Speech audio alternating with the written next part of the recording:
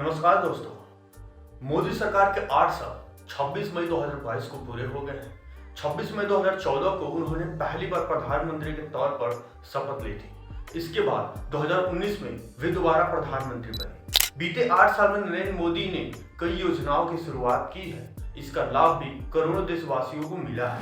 लेकिन आज हम आपको उन 8 योजनाओं के बारे में बताने जा रहे हैं जिनके जरिए आम आदमी की जिंदगी काफी बदल गई है।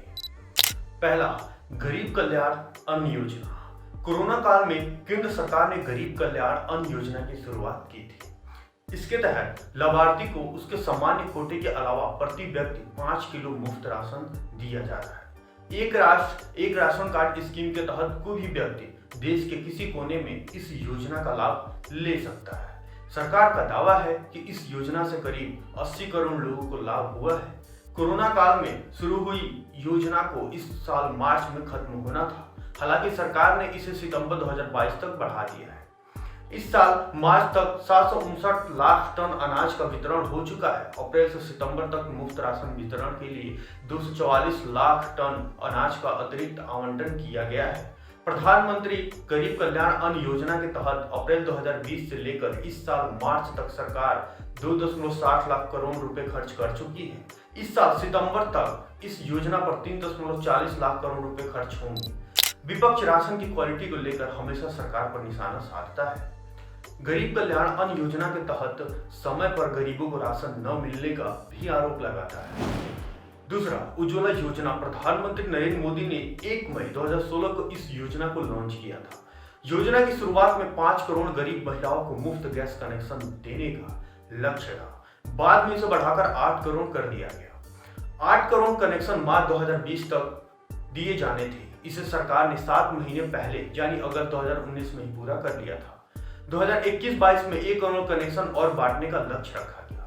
अगस्त 2021 में प्रधानमंत्री ने उज्ज्वला 2.0 की शुरुआत की। अब तक इस योजना के तहत 9.17 करोड़ एलपीजी गैस कनेक्शन दिए जा चुके हैं। सरकार का दावा है कि इस योजना के तहत बड़ी संख्या में गरीब परिवारों को फ्री गैस कनेक्शन। इससे सबसे ज्यादा फायदा उन महिलाओं को हुआ जो धुएं में खाना बनाने को मजबूर थी। उज्ज्वला गैस योजना के अवसर पर विपक्ष लगातार सवाल उठाता रहा है। कहा जाता है कि पहली बार तो गैस कनेक्शन मुफ्त में मिलता है, लेकिन जब दूसरी बार भरवाने की बारी आती है तो इसको भारी रकम की वजह से गरीब ऐसा नहीं कर पाते। हाल ही में एक आईटीआई में भी ऐसा खुलासा हुआ है। इसमें बताया गया कि करीब 90 लाख लाभार्थियों ने उज्ज्वला योजना में मिले सिलेंडर को एक बार भी नहीं भरवाया। वहीं 1.08 करोड़ लाभार्थी ने पिछले 1 साल में केवल एक बार सिलेंडर रिफिल करवाया है। ये सब विपक्ष का कहना है। तीसरा, पीएम किसान सम्मान निधि योजना। छोटे और सीमांत किसान परिवारों जिनके पास 2 हेक्टेयर तक जमीन है को इस योजना का लाभ मिलता है। योजना के तहत सरकार किसान परिवारों को सालाना 6,000 रुपए देती है। ये राशि 3 किस्तों में दी जाती है। सरकार की तरफ से मिलने वाले इस निधि से छोटे किसानों को काफी फायदा मिला है। इसके जरिए किसान आसानी से अपनी फसल तैयार कर पाते हैं। खाद, बीज, पानी और अन्य खर्चों को पूरा करने में मदद मिलती है। यूं तो इस योजना पर कोई सवाल नहीं उठा था, लेकिन कई बार विपक्ष इस राशि को बढ़ाने की मांग उठा चुका है। चौथा, आयुष्मान भारत योजना। 30 सितंबर 2018 को लॉन्च की गई यह स्वास्थ्य बीमा योजना है। इसके तहत गरीब वर्ग के एक परिवार को 5 लाख रुपए तक का बीमा दिया जाता है। इसका मकसद है कि बीपीएल कार्ड धारक गरीबों को मुफ्त इलाज मिल सके। देश भर में ऐसे बीपीएल कार्ड धारक परिवारों की संख्या करीब 10 करोड़ है, जबकि 50 करोड़ लोग इसका फायदा उठा सकेंगे।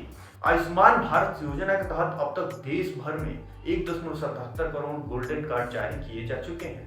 6.25 करोड़ से ज्यादा गरीब इसका लाभ ले चुके हैं। खास तौर पर कैंसर और हार्ट संबंधी गंभीर बीमारियों का इससे आसानी से इलाज हो सकता है। इस योजना पर विपक्ष की तरफ से फिलहाल कोई सवाल नहीं उठा सकता। हालांकि धोखाधड़ी के कुछ मामले जरूर सामने आए हैं। इन मामलों में किसी दूसरे व्यक्ति के नाम पर कार्ड जारी कराकर सुविधाओं का लाभ लिया जा रहा है। पांचवा, स्वच्छ भारत मिशन योजना। इस मिशन के तहत 2014 से लेकर अब तक देश भर में 15 करोड़ से ज्यादा शौचालय बनाए जा चुके हैं। दुनिया भर के सबसे बड़े अभियान के तहत 50 करोड़ परिवारों को लाभ हुआ और उनके जीवन स्तर में सुधार है। स्वच्छ भारत मिशन का ही असर है कि आज देश के करीब 1 लाख गांव में लोग खुले में शौच करना बंद कर चुके हैं। सरकार ने 40 साल से ज्यादा गांवों को उदीयमान श्रेणी में रखा। ये वो गांव है जो ओडीएफ होने के साथ साथ सॉलिड वेस्ट मैनेजमेंट पर भी काम कर रहे हैं।